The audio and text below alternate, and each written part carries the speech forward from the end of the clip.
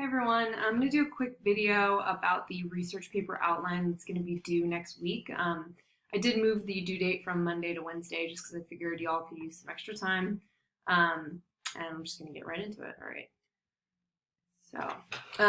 Okay, so just so you know, I did post a small little lecture reading on opposing views. You are going to be applying that to your research paper.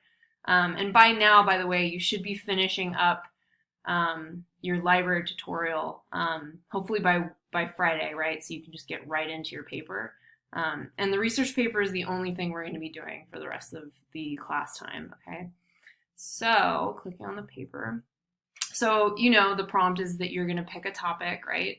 Now, this can be the topic that you did for the library research tutorial. It could be the topic you talked about in your week 14 discussion. If you want to change your topic, now is the best time to do that. So now I'm going to go over the prompt. So the research outline is pretty standard. It's just a doc, and then you can just plug in your answers. So a bunch of you are doing vaping, so I'm just going to put that in here, right? Boom. And then you're just going to save as you go, and you're going to basically submit this to me to grade. And then answering all these questions, you're going to literally type within the boxes.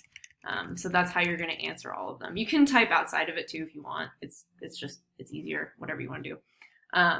So essentially you're going to start with your topic, whatever it is, some preliminary questions you have, right? So you're not just writing an informational piece about vaping, right? You're going to be writing about something related to it, something that's arguable, right? Something that you can base your opinions on, something you can talk about others' opinions. So maybe some of your questions might be, is it addictive, right? Sorry. Or what about like teens abusing vaping, right? Advertising. I know the flavors are a huge controversy right now because they tend to appeal to the younger population, right? And just maybe like, is it healthy? What about the black market of vaping, right? Because there is a black market for it. So whatever questions you have preliminary, you can just post in there. Preliminary fact finding. Now, this is a good time to do a Wikipedia search. And to be honest, when I do research, that is where I start. So I'm going to show you some little things and tricks.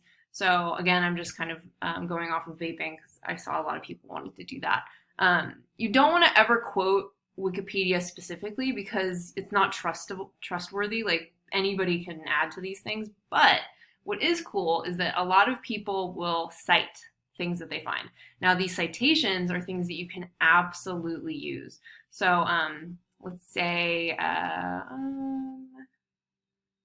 click on that one, right? So it takes you to the source and then boom, click on the article itself. And this is a completely credible source that you can use. Like you can cite this in your paper. Also, feel free to use any of the citations and things you did through the library tutorial. It's not plagiarism. That I assigned that to you at that moment so that you could use that stuff for your research paper. So just know that you can. Okay, going back. So that's where you're going to put like your basic fact finding, right? You don't have to use Wikipedia, obviously. You can use anything, but just know that that's something you can do. You're going to start narrowing down your research question as you go. When it comes to your thesis, you may just have a question, and that's okay. You can start with an inquiry question, and later, as you're finishing up your paper, figure out what your thesis statement's going to be. So for now, if all you have is a question, that's okay.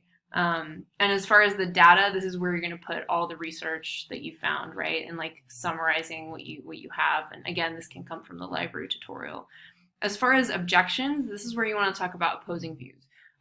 So I also wanted to show you the library website has a really cool thing. So if you go to the library website, so I'm in Skyline, and go to databases, and go to by title, go to O for opposing. There's this really cool Gale site that has all opposing views for different topics. You can search there.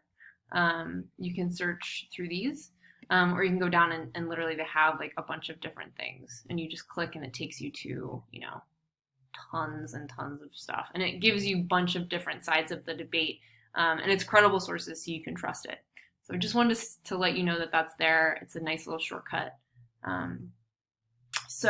Okay. So the other thing I wanted to show you was that I posted an example of a research outline that a student did for me in the past. And you can look at this as a guide, however you want to look at it. It's not perfect, but it's really good. It's definitely enough. Um, and I just wanted to show you like the extent of what the student did. Um, and then when it comes to the works cited, as you can see, it's not an MLA format. That's okay at this stage. Now, if you want to do everything in MLA format, you can. It saves time. I personally do MLA format as I'm doing my sourcing because it takes hours sometimes when I'm done to get them all in correct format. But again, it's up to you. So yeah, so you're just going to turn in your research outline by Wednesday, and that's what it'll be. And that's it for that. So if you have questions on that, please do let me know. The only things that are going to be due are the big things, like the research outline will be next week, the annotated bibliography will be the week after, we'll do peer review, and then in the next video I'll go over like due dates for that. Okay guys, bye.